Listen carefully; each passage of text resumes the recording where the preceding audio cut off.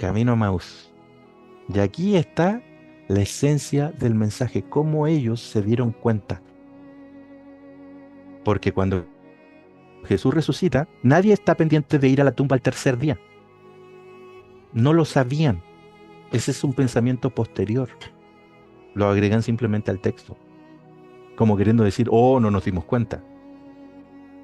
Pero la señal se iba a ver después que la piedra se removiera, que las espinas salieran.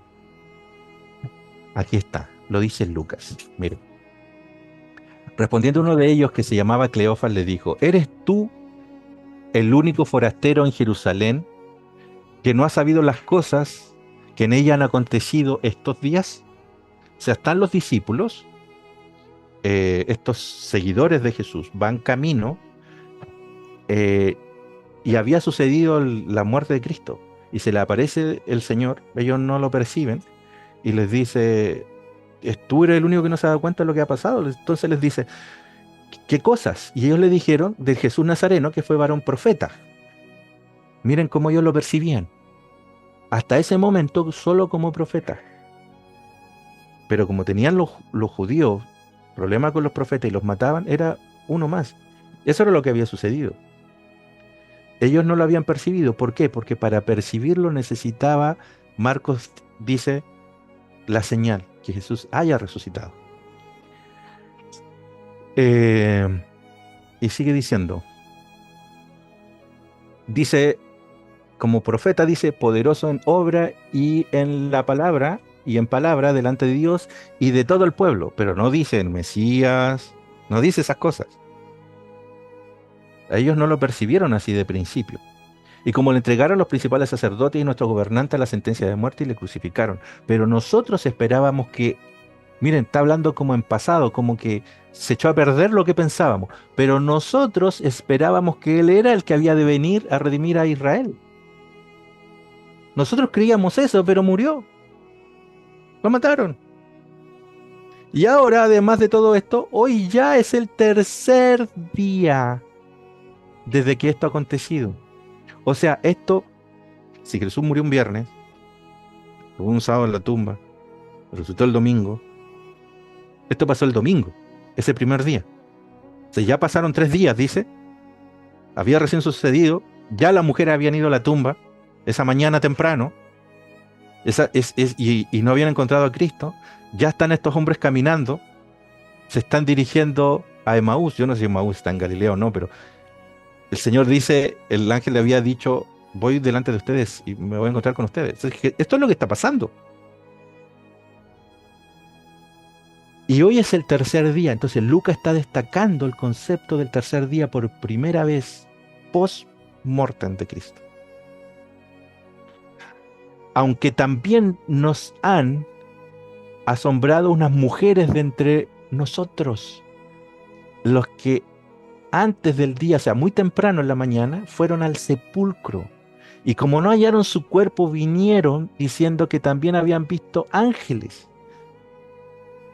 que les decían que estaba vivo. Y fueron algunos de los nuestros al sepulcro y hallaron así como las mujeres, como había dicho, pero no le vieron, no hay evidencia.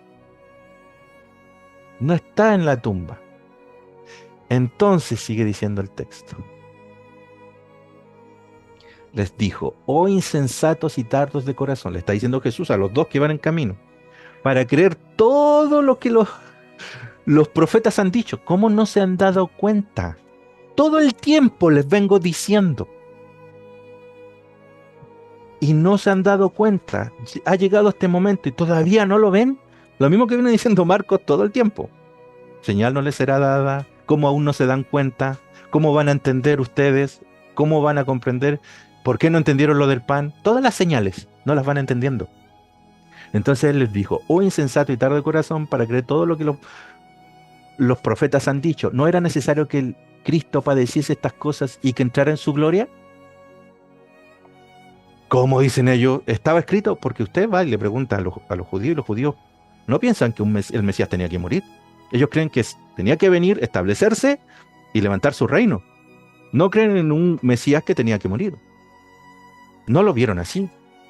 Eso es así como ellos lo ven hasta el día de hoy. usted ponga videos en YouTube y diga entrevista a judíos en la calle y ellos dicen, no, Jesús no es el Mesías. ¿Por qué? Porque murió. Entonces, ¿cómo explicas a un Mesías que muere?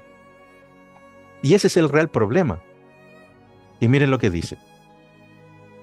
Y les dijo, estas son las palabras que os hablé estando aún con vosotros, y no lo vieron, que era necesario que se cumpliese todo lo escrito, y miren lo que les da en detalle. En la ley de Moisés, en los profetas y los salmos. Entonces les abrió el entendimiento para que comprendiesen las escrituras y les dijo, así está escrito, y así fue necesario que el Cristo padeciese y resucitase de los muertos. ¿Dónde tienen que estar esos textos? En los textos de Moisés, que para ellos era Génesis, Éxodo, Levítico, Número, Deuteronomio. Tiene que estar escrito por Moisés. Tiene que estar escrito en los profetas y tiene que estar escrito en los salmos. Ah, entonces ellos empiezan ahora a hurguetear el mensaje. Ahora vienen todos. Ahora vienen los 3 días de Jonás. Ahora viene todo. Ahora se les alumbra. La luz que está puesta en un lugar visible, así todo lo que está oculto es puesto en evidencia. Nos lo viene relatando. Y les dice, y resucitase de los muertos al tercer día. ¿Dónde dice el Antiguo Testamento que Jesús resucitaría al tercer día? ¡Pum! Jonás. Él se los revela ahí. No dice en los textos. Busquémoslo nosotros. Miren lo que dice Corintios, lo que dice Pablo. Porque primeramente os he enseñado lo que asimismo recibí, que Cristo murió por nuestros pecados conforme a las Escrituras. O sea, ¿qué es lo que está conforme a las Escrituras? Que él moriría, que fue sepultado y resucitaría al tercer día. Eso ya estaba escrito, está conforme a la Escritura. ¿Y de dónde lo sacó Pablo? ¿Dónde dice que el Mesías resucitaría al tercer día? ¿Dónde dice eso? Mire lo que dice Deuteronomio. El 18. Profetas les levantaré de en medio de sus manos, como tú, y pondré mis palabras en su boca. ¿Se acuerdan cómo partió el libro de Marcos? La voz de que clama en el desierto. Pondré mis palabras en su boca. Ahí está una señal. Y les hablará todo lo que yo mandare. El libro de Juan dice, yo no hablo por mí mismo, hablo las palabras que me dio él, las palabras de él y mías, esas os hablo. Ahí tienen una señal, ahí tienen como dice en el Antiguo Testamento que Jesús es esa voz. Entonces Marco está tomando el mensaje de la voz y lo está agregando al texto para darnos la certificación de que Jesús es esa voz. Por eso les dije que la voz no podía ser Juan el Bautista. Tenía que ser Cristo mismo. Esa es la señal en los textos de Moisés. O adjudicados a Moisés, entendemos eso, ¿no?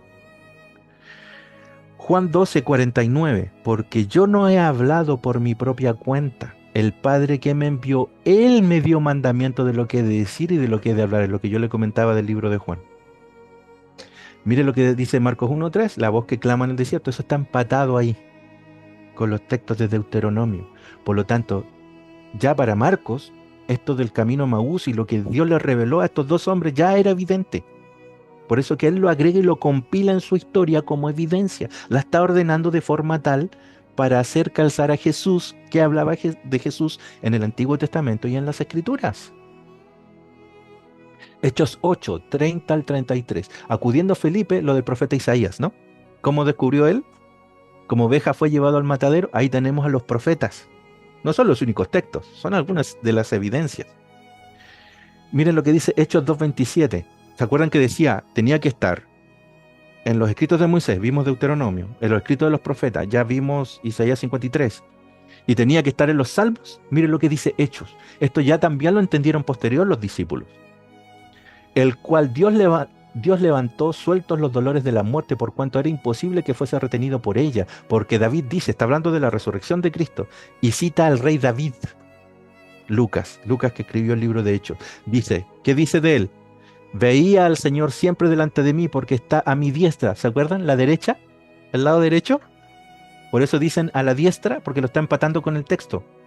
No será conmovido, por lo cual mi corazón se alegró y se gozó mi lengua, y aún mi carne descansará en esperanza, porque no dejará mi alma en el Hades ni permitirá que el santo vea corrupción. Aquí Lucas está tomando el texto antiguo y lo está poniendo, del texto de David de Salmos, y lo está empatando con Jesús. O sea, el no verá corrupción resucitó. ¿Por qué dice que no verá corrupción? ¿Por qué ellos lo empatan con eso? También se los voy a explicar. Está citando al Salmos 16, del 8 al 11. Eso está citando el libro de Hechos. Ahí está abajo. Y están los 3 días de Jonás. Ahí están los 3 días. Como dice las Escrituras, en tercer día resucitará.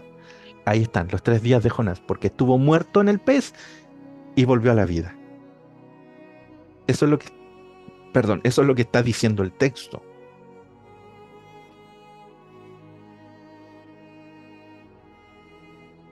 Acá está la pregunta del millón. ¿Por qué era una señal los 3 días? ¿Por qué tenía que ser la evidencia de la resurrección que realmente fue así? Que Cristo resucitó, si tenemos un montón de gente que no cree en la resurrección en el tiempo de Cristo, ¿por qué tenía que ser una evidencia los 3 días?